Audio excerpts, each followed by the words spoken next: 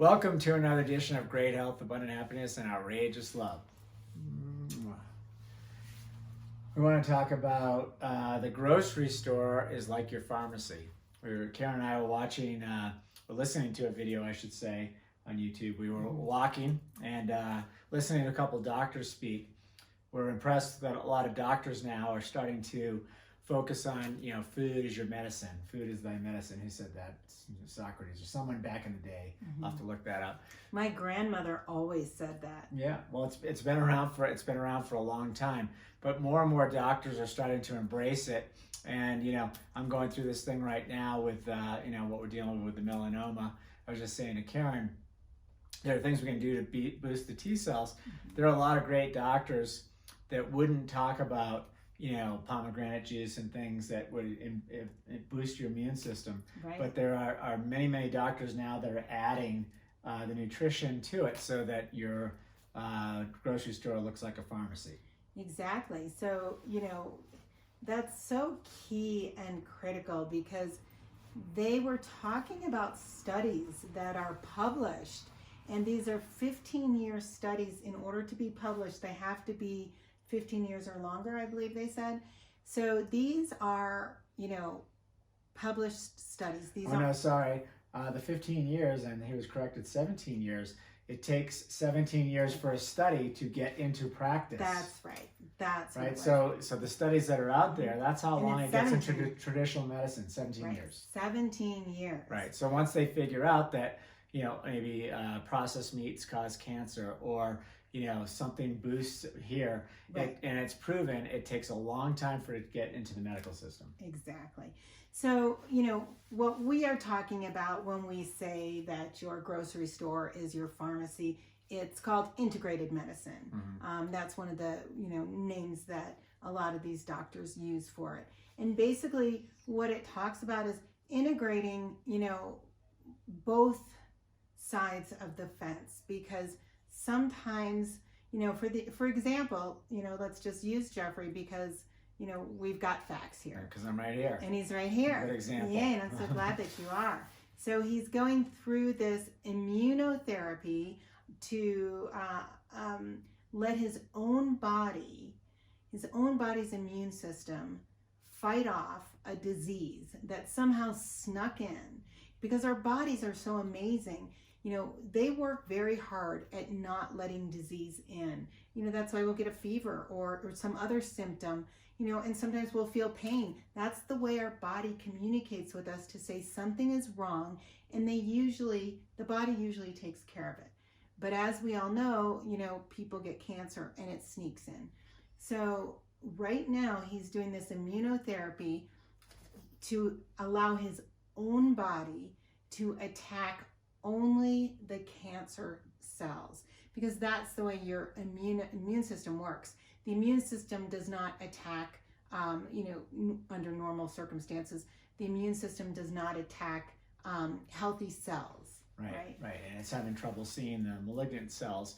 But to Karen's point, I think what you're saying is integrated medicine is bringing the two together. So what you're saying is, in my condition, it's not like I would refuse to take the imiquimod, which is actually helping to highlight the issue. Right, which is a prescription pharmaceutical medication. Right, so that's the classic, I guess, Western medicine. Right. And then, but this, food is like food medicine, right? There are a lot of things we can do to boost the immune system to help get my T cell count up and get them stronger to go do their job. So we're bringing the two together, and I think that's a great point. I like the integrated medicine term, because we're not saying, hey, we're going off the grid and we're going to live in a cave and we're going to just fix ourselves with nuts and berries. We're not saying that. Right. But we're saying that our food and our own bodies, we have so much more power than we realize. Right. And that a lot of times the medical community is just catching up. And I'm really impressed with the people I see stepping up now with this. Amazingly brilliant people that you and I have been so privileged to discover. And most of these people are medical doctors. They've gone through the entire medical school practice, because they all reference, when I was in med school and we were talking about, the gut, what is the bio, I'm not going to get into it because I really don't know. Didn't go to med school. But they all reference the fact that they did not learn in medical school how certain foods or nutrients can actually affect your T cells specifically, and your what's it called? They're doing a study to regenerate the cells. Well, your T cells and B cells, but it's lots of other things. This is just one specific area. Just one specific area, exactly. And what they're finding now, doctors that are coming out in their practice, and they're finding things like, oh, if someone changes their diet, they see their cholesterol level go down. Or, oh, they change their diet, we can get them off of the diabetes medication. There's all this going on where they're figuring out, well, if I have these clients eat a different way, it changes everything. Right. And it doesn't mean that they're throwing away the old school that they learned, but they're just really enlightened. And I find it interesting that, they're kind of throwing rocks at, their training, because they had no nutritional training. No one ever talked about this. No one ever talked about how you could, fix the root cause of the issue. It's all about how to apply something to treat the outcome, which I think, instead of prevent it or eradicate it. For example, chemotherapy, they talked about how chemotherapy, that they use that to treat many cancers, but that also kills off a lot of very healthy cells. And again, we're not saying that's a, not a way to go. Everything is so circumstantial. But they specifically on this immunotherapy, and they said about 20% of the population that use immunotherapy are successful. So if you want to increase your odds for success, you want to give your body the strongest immune system that you possibly can, right? And hey, guess what? If you don't have cancer and you don't want it, you want to do that exact same thing. Right. So if you do want to go live off the grid or live in a cave or under a rock, make sure that you're there with nutrient-dense foods that are going to keep the body that you have healthy and free of disease, and our own immune system will fight it off if we give them the tools. It's like putting the right gas in your car. If you have diesel and you put gas in, what's going to happen? Eventually it's not going to run right. It's not going to work well. It's the same exact thing. Yeah. Now, when you bring up the percentages, the one thing that they were saying that was really wild is when they have people change their diets, they have a 50% take rate. Yes. And they said, most medications, if they get a 20% take rate, they make a big deal about it, which obviously it's great. But they were saying that by just changing people's what they eat, their intake for the food, they have a 50% take rate, which was really wild. Yeah. And again, it's like, it's on lots and lots of different things. So like, your food is your medicine. You've been really good at teaching me this. I know you've done a lot of research in the area, how you have to really... I think he uses the word teaching very, very loosely. No, I know. Because he's fought me on most of these. And listen, I commend you on doing what you want to do and not doing what I want to do. And it wasn't until you researched on your own and felt that it was your time to change. Well, I'm giving you some credit. So maybe I did fight some of the teaching, just like when I was a little kid. And I had to go back to school at the end of the summer. I wasn't too excited about that either, but I still had some great teachers that taught me things. So I was kind of fighting that too, because I would rather be out building my tree forts. Sure. But at the end of the day, I had to go back to school and get taught. I wish I knew you when you were building tree forts. Yeah, no girls were allowed back then. I'm sure. Okay. I'm sure. But anyway. Cooties. Yeah. But anyway, so I have learned a lot of this. I have learned a lot of this from you because you've done a lot of studying, and yes, I've done a lot of research on my own. But at the end of the day, you go in and read your ingredients. Things like, again, to get off of this melanoma, it's a lot of other things like obesity. You go in and if you don't realize it, go look at your ketchup label or your peanut butter label. I love these two examples. Most of the big brands have high fructose corn syrup in there. Or if not, they at least have sugar. Well, why do you need sugar in peanut butter? Yeah, but high fructose corn syrup is sugar, right? So I mean, it's like, why add sweetener? So if you look and you see high fructose corn syrup in all of these things, or sugar, that's a real problem. Right. Or how about palm oil in your peanut butter, because there's not enough oil naturally in peanuts? Yeah. Well, it makes it spread easier, I guess. But so the thing is, to your point, you just have to be smart when you go into the pharmacy, which is your grocery store. You go in and look for the foods that are going to help you become more healthful, not take you down the wrong path, and basically have that choice. You know, when we talked about this, I was thinking about it later on, and I mentioned this to you. I thought, is a grocery store really your pharmacy? Because there's a lot of stuff in there that's not good for you. I mean, it's very bad for you. But then I said, you know, you can go into a pharmacy and you can take the wrong prescription. Right. That could be very bad for you. Right. It could even kill you. Right. So it's like, God forbid, when you have two prescriptions that are conflicting. I mean, I've had friends who have had, issues, or had parents who have had issues with two different medications that cross swords and cause a huge problem. So right. I guess it is safe to say the grocery store is our pharmacy, because there are lots of good things on the shelves, but also lots of things that could be bad for you at that time. Absolutely. Or I guess I'm going to say anytime for certain things. And to take that to the next step, your integrated doctors are your pharmacists. And it's really important to make sure that you work very closely with all your doctors. For example, grapefruits and organic. We can talk about that later, but we already know that organic food has a much higher nutrient density because it has to work so much harder to stay alive than food that's treated with pesticides, etc. So it's a much stronger, healthier, better for you food. And it's a little more expensive because it is harder to crop. But grapefruit, wonderful fruit. I love grapefruit. It's got a lot of vitamin C and some other incredible nutrients. But if you're on specific medications, grapefruit can actually harm you. It can harm the absorption or the amount of absorption. So it's really important to understand that each one of these foods, it's not a blanket statement to say, nuts are really good for you.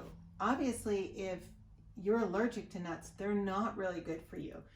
For us, we have no allergies, so a handful of walnuts a day is really, really good for us. Pumpkin seeds, high in selenium, really healthy for us. We're not on any medication. Well, Jeffrey is with the, this treatment, but he's not having any citrus right now due to the fact that his, it's painful. But, that is always such a great example, something that everyone would think is so healthy and not even think about its interaction. Right. And to take that a step further, certain foods react differently in your body when combined with foods. So do your homework, and if you don't have the resources to do it, meet with an integrated doctor.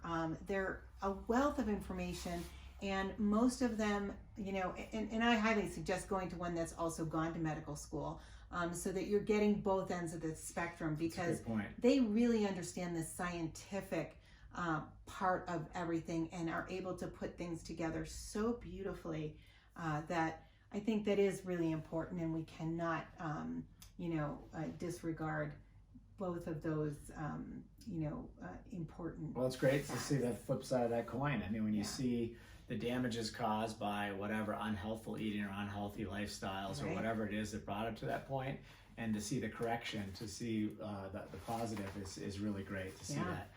So I think... Well, you know what else? On that note, a lot of these doctors, we've been watching a lot of podcasts, a lot of these doctors ended up, with this integrated medicine because of their own personal illness. And here they were doctors, and they couldn't even treat themselves because they weren't taught anything about how food was working with their body. Example, and again, we only like to use ourselves. Don't ever use any of our medical information as advice or a path that you should take. We're only telling you what we do in our journey. But I've got Lyme disease. So once I knew for sure I had that and I was diagnosed, I did all the research I could. And there were two main things that Lyme disease feeds on, because that's another disease. It gets in your body from that Lyme tick, and there are certain things you can do. They say if you coat your dog in coconut oil, that the Lyme ticks even if they bite them, that poison won't go into them. So there are probably foods, etc., that people in other countries are immune to their poison, but I was not. So that disease snuck in and it hid in my body for a long time. And when it came out, boy, it was like who poked the bear. It was really not pretty. So as I did my research, I learned that the Lyme disease feeds on gluten and it feeds on sugar. So, and I found that out firsthand because it was over Thanksgiving and I was having, some desserts and some, bread and dipped in olive oil and really just, eating way more than I needed to over a holiday. And I all of a sudden was so ill. And I'm a generally very healthy person with a lot of energy. Not only did I have no energy, but my joints, my body hurt so badly. And after doing the research, I realized I had just spent an entire, 4 or 5 days visiting with family and eating all of the things. I was feeding this poison, making myself sicker. But that's another great example because you weren't told by a doctor, hey, carve gluten and sugar out of your diets. No. You had to find that through the research. But that's the whole point of this video. We have a lot of doctors coming on the scene that are acknowledging this and are adding this in, so it's really great to see. So great to see. But until then, you really have to do a lot of self-advocacy. And as Karen said, we don't want to give this advice to you. We want to show you what we've got going on, and then you can say, hey, doc, what about this? I had friends of mine that did this, and this is how it helped them. What do you think about that? We do a lot of this stuff as we talk to people that we integrate with, and some of them look at you like you got two heads. They don't know what you're talking about. Some say, hey, that's a great idea. I know it works. Right. So it's like it's hit or miss, and you have to be your own self-advocate. Absolutely, and do your research and listen. Wikipedia is not a, that's not in place of doctors going to med school. We really need to say that because, you don't want to research these things there. But there are a lot of incredible, MD sites where you can get some of this information, and you're probably not getting all of it, which is why you always want to talk to your doctor. But I can tell you certain things, sugar feeds cancer. That is everywhere out there, and there are numerous studies about that. And gluten feeds cancer. And when this entire process happened with Jeffrey, and I've basically been telling him that, I don't think refined sugars or really any sugars are good for us. It's a taste we developed, through the years. And of course, people say, well, of course, I love ice cream. I love candy. Well, we love it because we have learned to love it, just like other people learn to love arugula or whatever. Yeah. Right? Right. So we do know certain things, like sugar feeds cancer. So if you are fighting cancer, it is an absolute no-brainer. And again, talk to your doctor about all of your other plans, but it's a no-brainer to at least eliminate all refined sugars, right? Yeah, and it's fairly easy to do if you just read the labels, right? Exactly. And if you eat whole foods, you never need to worry about that because, there's no, and people say, well, there's sugar in fruit. We're not talking about that kind of sugar. Right. We're talking about refined sugars, honey, syrups, agave, etc. Would you put high fructose corn syrup in that bucket? Oh, yes. Yeah, okay, because you were just saying back when I was saying that, because it's like that's the one that's hidden most in most of the processed foods. Well, it is. And the reason that I mentioned sugar is there are many crackdowns on almost all of the processed foods now where high fructose corn syrup, you'll actually see on the front, which always makes me laugh, contains no high fructose corn syrup. Well, all they've done is replace the high fructose corn syrup with sugar. Right. And that's why it's important to read the labels because people are getting wise to the fact high fructose corn syrup is... It's basically a sugar coming from corn. Exactly. Right. So it's in the same... Yeah. But most processed foods now are starting to eliminate it in almost all the cereals. So you won't see it as much in there. So they're just taking it out and then replacing with sugar. Exactly, and that's why I brought it. But again, just so you still read the label. When you see either one of them, it's it's a big no. Right. Or eat whole foods and you don't need a label. So I think at the end of the day, we're just saying go into your grocery store, think of it as a pharmacy, and read your labels as you're going through there. If you guys have questions about anything, go ahead and ping us and ask questions here. Karen is very knowledgeable about it. By the way, if we don't know, we'll look it up and go on the journey with you, and we'll look at it together and find some resources together. So it's kind of fun. And more important, if you have information that you want to share with us, oh my gosh, we are always so grateful to learn something new and to, have send us a doctor that you really love and follow so that, we can check it out. Somebody sent us a book to read out there in YouTube, and those are the kind of things we love to get, because if you're interested in the information, that we're sharing, that means that you and I have something in common. That means that we share this love of these things together, or this love of learning, this love of living our best life and being, not just living it, but we all want to live it as healthfully as possible. I certainly don't want to live it being immobilized because I've not taken care of myself, right?